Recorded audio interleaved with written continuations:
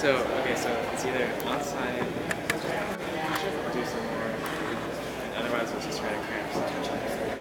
Welcome, everyone. As a community of friends, we are gathered here in God's presence to witness the marriage of Edward Lee and Victoria Lynn, and to ask God to bless them. We are called to rejoice in their happiness, to help them when they have trouble, and to remember them in our prayers.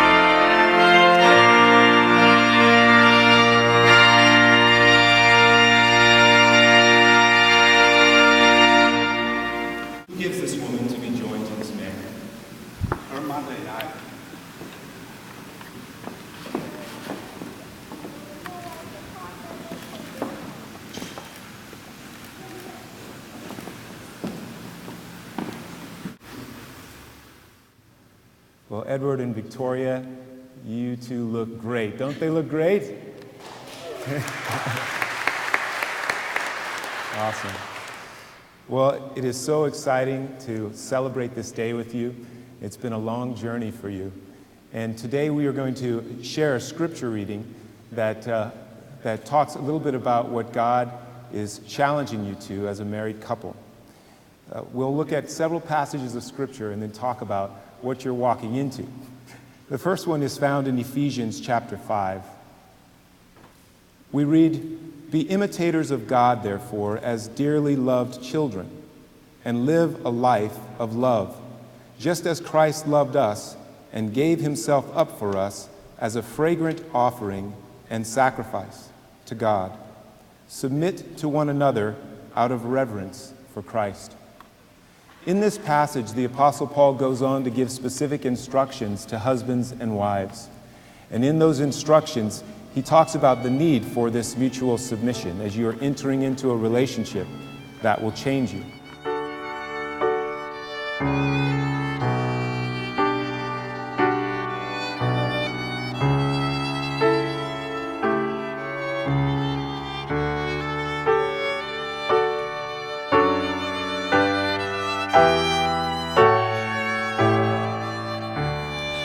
Ed, do you take Vicky to be your wife? And do you commit yourself to her to be responsible in the marriage relationship, to give yourself to her in love and work, to invite her fully into your being so that she can know who you are, to cherish her above all others, and to respect her individuality, encouraging her to be herself and to grow in all that God intends? If so, will you say, yes, I do? Yes, I do. All right. And Vicky, do you take Ed to be your husband? And do you commit yourself to him to be responsible in the marriage relationship, to give yourself to him in love and work, to invite him fully into your being so that he can know who you are, to cherish him above all others, and to respect his individuality, encouraging him to be himself and to grow in all that God intends? If so, will you say, yes, I do? Yes, I do. Now, if you will repeat after me these vows, and you get to go first. I take you, Vicky, to be my wife. I take you, Vicky, to be my wife. I promise before God and these witnesses I promise before God and these witnesses to be your faithful husband, to be your faithful husband, to share with you in plenty and in want, to share with you in plenty and want, in joy and in sorrow,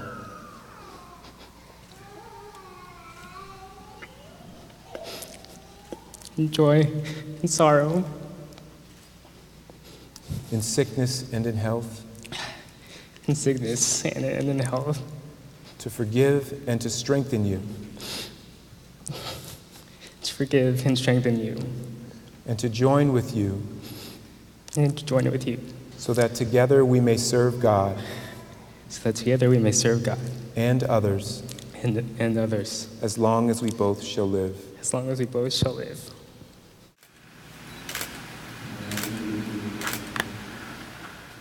I take you, Ed, to be my husband.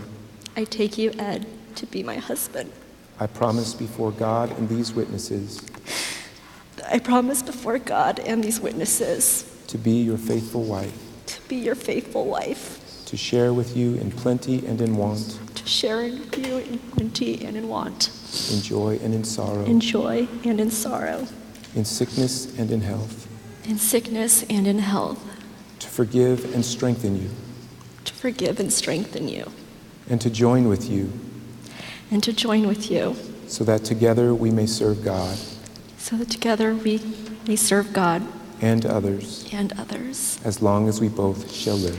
as long as we both shall live.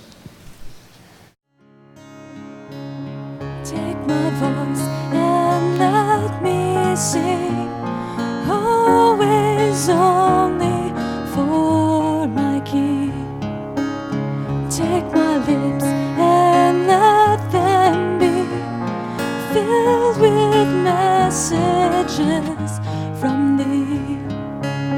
Take my silver and my gold, not a mine would I withhold. Take my intellect and use every power as a child.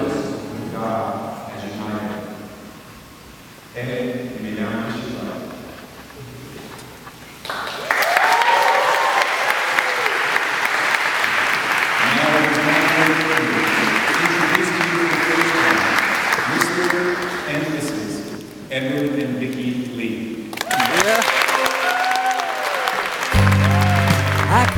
a heartbeat for 1,000 miles. And the heavens open up every time she smiles. And when I come to the world, that's just where I belong. Yet I'm running to her like a river shows. I need to start with back in middle school. So Vicky and I were friends, and in middle school, we would talk about a lot of different things. And one thing she told me that I remember was how her dad prayed for her husband. Her dad prayed for her future husband. And I remember just thinking that that showed so much love. And I remember thinking, I wonder who this guy is going to be. Fast forward to freshman year, Vicky's freshman year of college.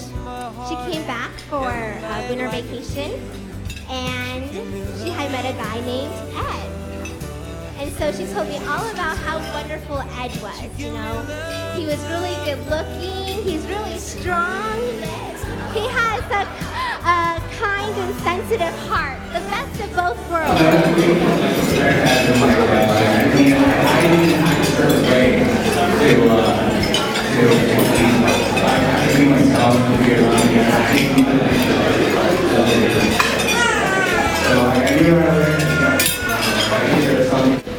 Finally, I want to thank Vicky for being who she is. Our relationship has been about 10 years long. It's been an incredible journey. I've come to faith during that time. And to tell you, like, a lot of things have happened in my life. And one of the things that were just so incredible that it just, you know, I had to step back and think about it was that God gave me to her. That because I was thinking, like just a few months ago, and I told some people, they're here. I told them, I said, I'm the luckiest guy alive. Like tonight, it was just that one day I was thinking, I'm the luckiest guy alive, and because there's nothing that I could ever do or that I've ever done to deserve Vicky in our relationship. And that has been one of the key things that, you know, has really opened my eyes that, you know, God is great. Because He has given me so many blessings in my life, and this is one of my biggest blessings. And so, I thank you, and I love you, and I submit my life to you.